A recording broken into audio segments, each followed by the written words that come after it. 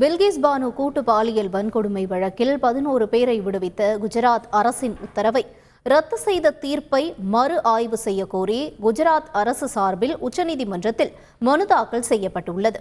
குஜராத் மாநிலத்தில் கடந்த 2002ஆம் ஆண்டு கோத்ரா சம்பவத்திற்கு பின்பு பில்கிஸ் பானு என்பவரின் குடும்பத்தைச் சேர்ந்த 7 பேர் படுகொலை செய்யப்பட்டனர்.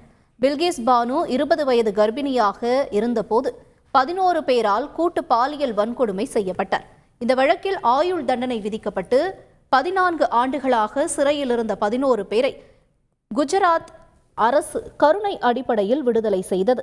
இதை எதிர்த்து தாக்கல் செய்யப்பட்ட மனுக்களை விசாரித்த உச்சநீதிமன்றம் 11 பேரை விடுவித்த குஜராத் அரசின் உத்தரவு ரத்து செய்து உத்தரவிட்டது. இந்த தீர்ப்பை மறு ஆய்வு செய்ய கோரி குஜராத் அரசு சார்பில் உச்சநீதிமன்றத்தில் மனு தாக்கல் செய்யப்பட்டுள்ளது. அதில் குஜராத் அரசுக்கு எதிராக தீர்ப்பில் தெரிவிக்கப்பட்ட கடுமையான கருத்துக்களை நீக்கவும் கோரிக்கை விடுக்கப்பட்டுள்ளது. செய்திகளை உடனுக்குடன் தெரிந்து கொள்ள உடனே சப்ஸ்கிரைப் பண்ணுங்க.